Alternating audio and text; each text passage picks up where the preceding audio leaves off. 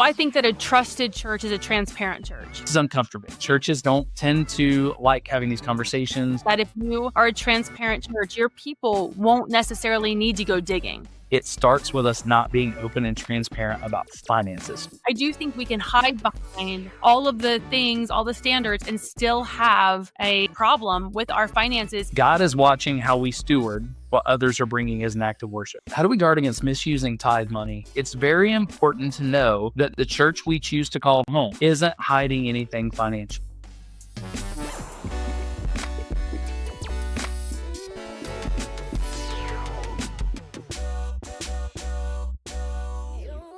This is uncomfortable. Churches don't tend to like having these conversations. One of the things that leads to a lot of scandal, it leads to a lot of spiritual abuse.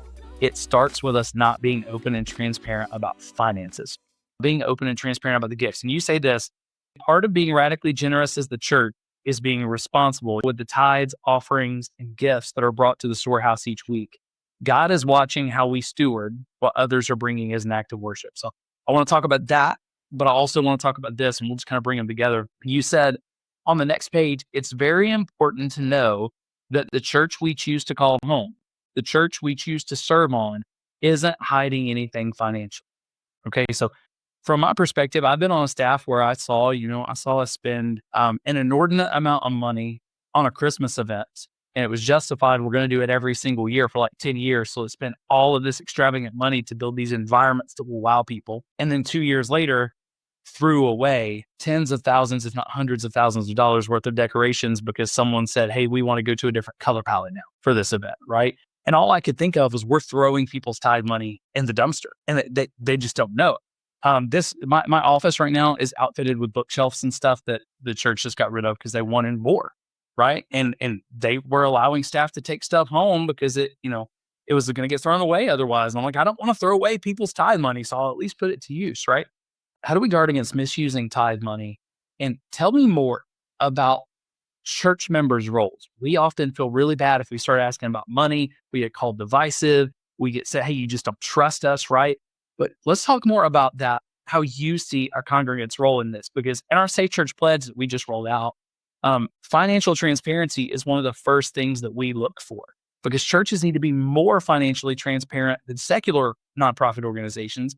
Yet secular nonprofit organizations have no problem. They're legally required to disclose their top 5 salaries and anyone who makes more than $100,000. When I talk to churches about that, we freak out and say, well, we can't do that. How do we guard against that? And how do we change our spirit from being scared of financial transparency to embracing this so people can trust churches? I think that there are multiple factors involved for different churches of size and denomination, and a lot of it is inherited. A lot of pastors inherit stuff, and they inherit policies and procedures and even debt. And so a lot of churches inherit bad financial practices, and they just think it's the way it is. In a perfect world, every church would have an outside organization that is handling all of their finances, that offers full transparency should a congregation ever call that organization and ask, how is my church doing?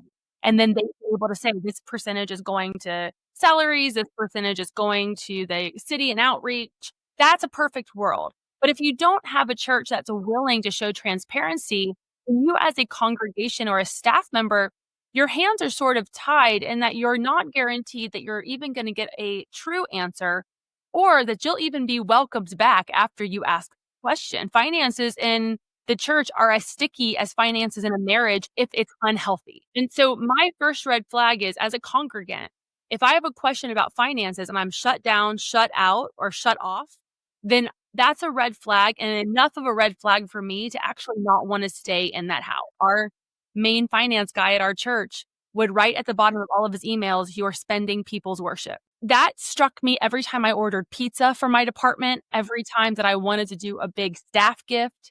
I thought, is this the best use of people's worship? And I'm like you, man. I took over women's ministry and I went down to our storage area and I threw away probably $8,000 worth of Hobby Lobby fake flowers. Was that the best use of people's worship? No. And I stripped it way back to using old tablecloths and some centerpieces that we had from the Christmas gathering every meeting, because I couldn't stomach the fact that people were giving of their tithes and offering and I was spending it at Hobby Lobby. And then after that, we weren't donating it. You and I No. both experienced this. It's not that we were donating it to people and organizations that could use it, because that took time. We just threw it away and no one knew that. That broke my heart. You think about the widow's mite. You think about the person that came and they brought, like, literally their last 10% or their last offering, and we're using it to spend it on a staff Christmas party. Like, that doesn't sit too well with me, though I know there are nuances and different buckets of finances. That, for me, I'm thinking of that person. There were times where I was sitting at tables where people's tithe money was spent on people to have another drink. And some of those people who gave, if they knew that pastors were even drinking, they would have a problem with it, let alone on their dime, right? Now, not everything's, there's levels to this, but it's important that we are transparent. It's important that we know where these things come from. We just did a research study that helped inform the Safe Church Pledge. So we looked at 100 churches, Natalie, 100 churches that have faced scandal. And we basically evaluated them on areas of accountability, transparency, and protective measures, because those are the three main categories of the Safe Church Pledge. 16 practices in those areas. Let's be accountable, let's be transparent, and let's protect people.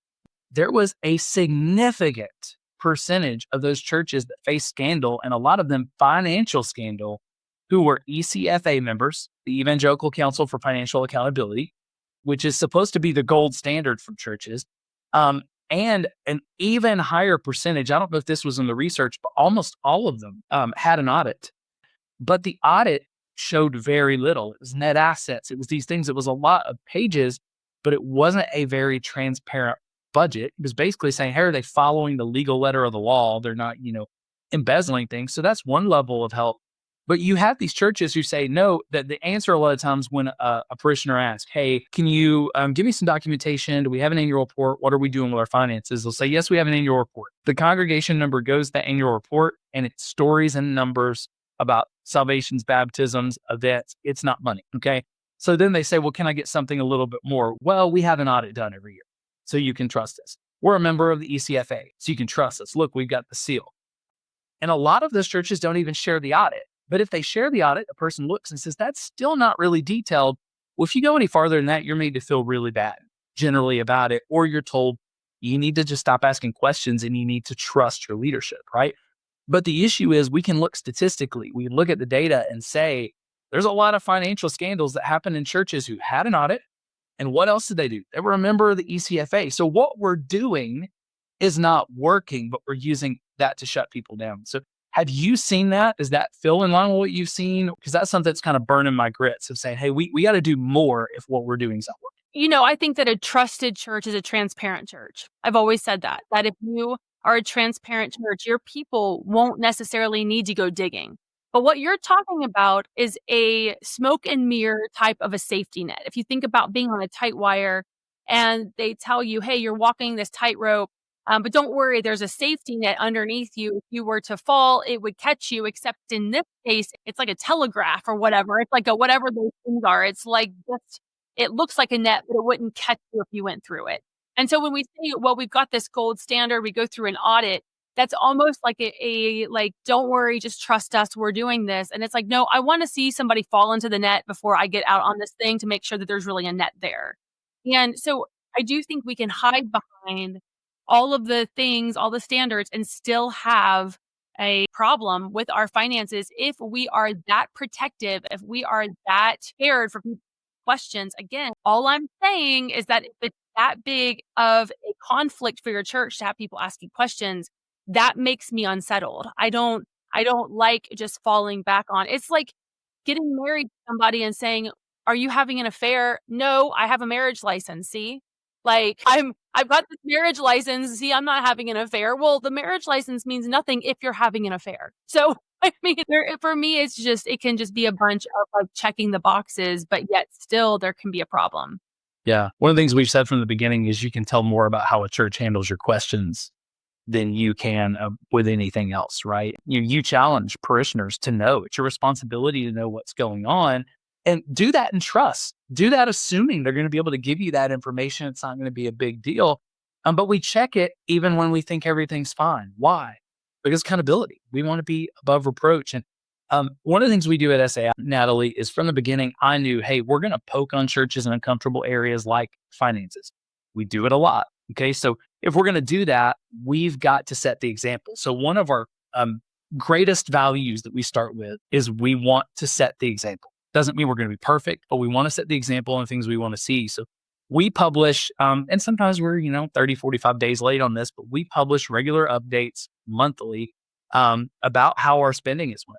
But beyond that, if anybody asks, and we don't just publish these because it's, it takes time to make sense of, but if anybody wants more detail than that, and ours are pretty detailed, we will give them the bank statements with just the account numbers redacted. Here's the 3 accounts we have. Here's everything that was spent. Ask questions. If you're not sure what that was, ask questions. Beyond that, our board, for every single transaction, when we meet as a board, we pass out all the forms, right?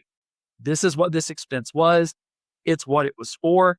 They fill out those forms. And even though they don't require approval, there's a feedback section where it says, should purchases like this continue to be made?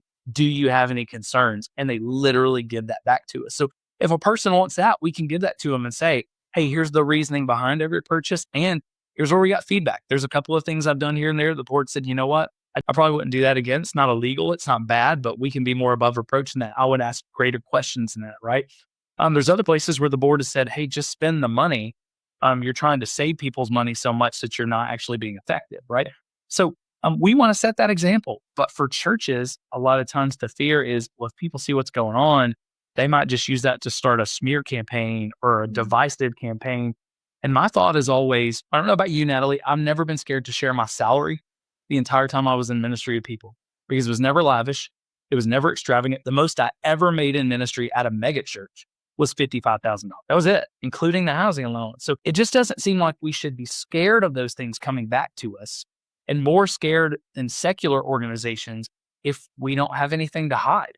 And even if, you've got people making more than 100,000, there's a lot of nonprofits who have 5, 6, 7, 8 people who are making more than 100,000. They disclose it, but it makes sense based on what they're doing. People still give, right? So I love what you said. A transparent church is a trusted church. A trusted church is a transparent church. Let's just put it out there. Can we talk about the widow's mite for just a minute? Yeah. When you read the widow's mite in context, and we struggle so much in Western Christianity, we read everything with the headings that Bible translators have put in there, forgetting that headings and verses and chapters were not in the Bible. That is a very recent invention, and it's very helpful. But if you read the widow's mite and you read that chapter in context, do you remember what Jesus was doing before he actually pointed out the widow and what she was doing? He was rebuking, multiple headings, rebuking the Pharisees. And one of the things he said right before that, in the paragraph before, if I'm not mistaken, he said, woe to you, scribes and Pharisees, because you devour widows and their houses. And as Jesus was wont to do, think about how he taught in parables. It was always, I'm teaching something, and then, oh, look, it's right here. Or, oh, look, you see that field of wheat? Well, now let's tell a parable about wheat. He is doing this woe to you. He says, woe to you, you devour widows and their houses, right? And then the same thing happens. Oh, look, there's a widow who is giving her temple offering. And she gave more than everybody who was here because she gave 2 copper mites, and that's all she had to live on. And the guy who, his name is Ken Arrington, who challenged me with this, he said, Jeff, is it a good thing for us as religious leaders to watch a widow who has nothing to live on give everything they have? No, they can't pay the bills. They may lose their house simply out of faith. Or did James tell us that pure and faultless religion is to care for widows and orphans, right? And it shocked me a little bit. But then he asked me, he said, Jesus often, when he said something he wanted us to do, he would say, blessed is this person, or go and do likewise. There's no go and do likewise. There's no blessed was this woman. We preach it that way. All it says is she gave more than everybody else. Doesn't say she should have given that. Doesn't say. So we teach this in churches. I've taught this. I'm guilty of you should be willing to give even when you don't have out of faith, and God will take care of you. Jesus never says that she was even taken care of. What happens right after that? You see Jesus storming out of the temple. The next picture, very little time has passed. Him and the disciples are storming down the stairs of the temple. And it's almost like this is spiritual speculation on my part, but contextually, it looks like the apostles are just trying to change the subject because no real time has passed. Hey, look at how beautiful the temple is today, right? And that's when Jesus says, yeah, we built this thing and it's all going to come crumbling down, right? When we read it in that context, My fear is that we're preaching this widow's mite story, trying to get people to give sacrificially and missing the point that Jesus was rebuking the Pharisees for devouring widows in their houses. And sometimes for the sake of building the ministry, we devour the people who are giving the gift and giving the worship. What do you think? I mean, it gives me chills because I was just at a conference where there was a widow, and she had been raising her 5 grandchildren all on her own. And the pastor, the one leading the conference, found out that this woman was there, that she had come all the way on her own dime. She had spent like her last ounce of change to even come to the conference. And when they found out about it, they had her come up and they just were like, "We are so moved by your story that we want to give back to you." And do you know that they raised in that offering for that woman $30,000 in 10 minutes at that conference? And I sat there and I thought, this is the church where we see a need, and our offering and our tithes. Yes, there is a tithe that goes, but there's an offering that overflows out of us when we see a need. And our faith strengthens others' faith when we're able to show, hey, God sees you, God knows you. And I believe that when we are thinking about tithes and offerings, that yes, there is a group of people that are probably withholding and probably can give a lot more than they are. But then there are those widows that are sitting there and thinking, like, is it wise to use my last month's rent so that I'm not homeless next month to pay this? And that the job of the church is to meet the need of the widow, of the orphan, to be the hands and feet of Jesus. And so there is such a love that the church can provide people that are sitting in their pews simply by the way we teach tithing and offerings. The way that we don't condemn people who aren't, but we give people space to wrestle with their current situation because God sees it all, you know. In that story, I had just heard that kind of turn on that story in a different way not long ago, and it really convicted me. I don't teach that any longer in the way that maybe we have heard it. I haven't ever really taught it to begin with, but now it's changed the way that I even see people bringing their offerings down front on Sunday mornings. Or the people who sit back and don't. I don't judge people who don't now. Yeah. Well, and I remember just, because I did teach it and I am incredibly convicted and will have to answer because I just taught what I was taught in seminary Yeah. and didn't read. One of the most life-giving things I'm doing is this year I'm reading the Bible without chapters, headings, and verses. Just reading it in context and saying, Holy Spirit, please speak to me.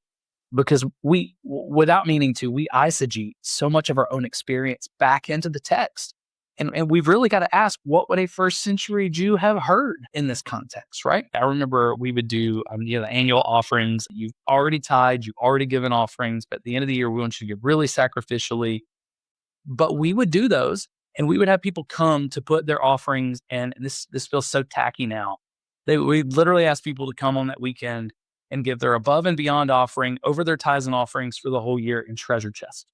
Literally put it in treasure chest. But I remember we'd ask people to sacrifice, ask what God would ask you to do, really be sacrificial, really dig deep. And those of us who were on staff and on the worship team and everything else, we were asked every single service to come up and drop an empty envelope so that people would see us giving and they would see us sacrificing and we could lead the way. So manipulated, and people would give what they didn't have. And sometimes does God call us to do that? Yes, but I just wonder how many times we manipulated people out of money when God was saying, no, you need to be taking care of these people. Because go back to Acts 2, everyone's needs were met because what was the giving done for in the church? It was to meet the needs within the church.